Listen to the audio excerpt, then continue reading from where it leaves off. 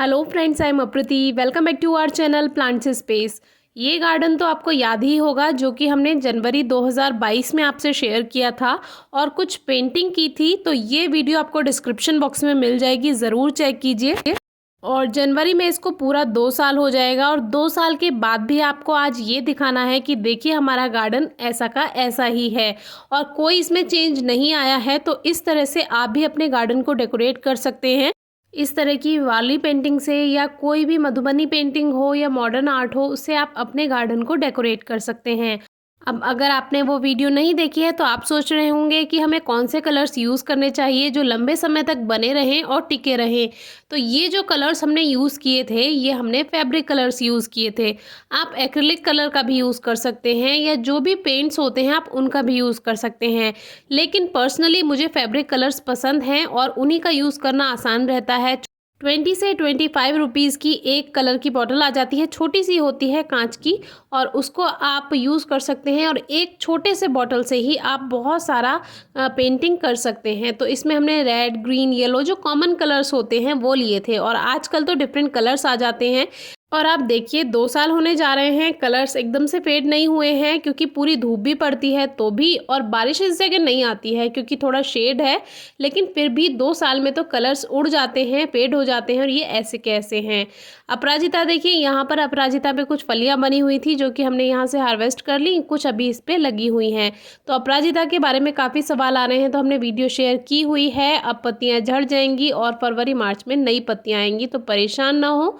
और देखिए यहाँ पर एक बुलबुल का नेस्ट भी है और 1 साल इसमें अंडे देने के बाद दूसरे साल दोबारा इसमें अंडे देने बुलबुल नहीं आती है, नया घोंसला फिर से बनाती है। ये सवाल भी काफ़ी व्यूअर्स का रहता है।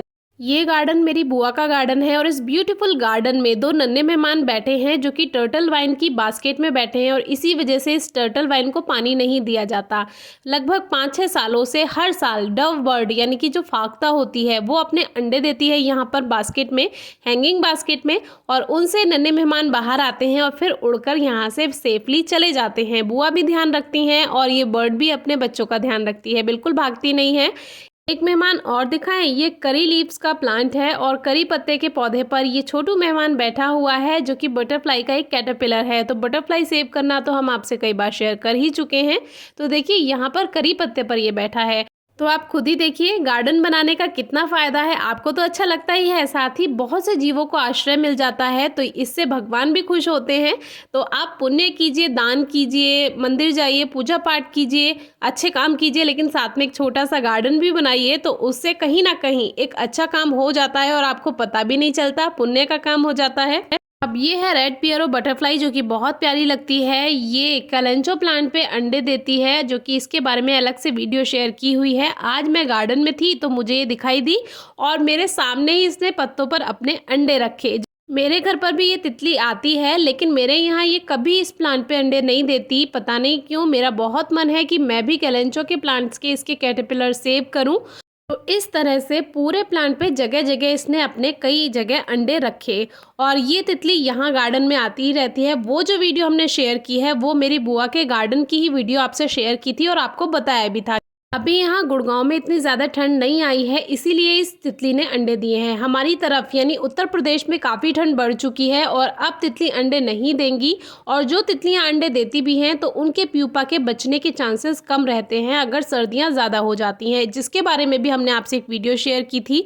वो भी इसी गार्डन की थी कि एक तितली सर्दियों में बाहर निकली थी और वो कैसे सर्वाइव नहीं कर पाई और उसके पंख नहीं खुल पाए, क्योंकि तितलियां सर्दियों में उड़ नहीं पाती हैं। इनका जो ब्लड होता है वो ठंडा हो जाता है और पंख फैल नहीं पाते हैं, जिसकी वजह से सर्वाइव नहीं कर पाती हैं। इसीलिए आपको सर्दियों में तितलियां देखने के लिए नहीं मिलती हैं, या अगर मिल भी जाए तो बहुत कम ही हो पाता है ऐसा, क्योंकि सर्दियों में ये उड़ नहीं पाती हैं और ये छुप कर रहती हैं।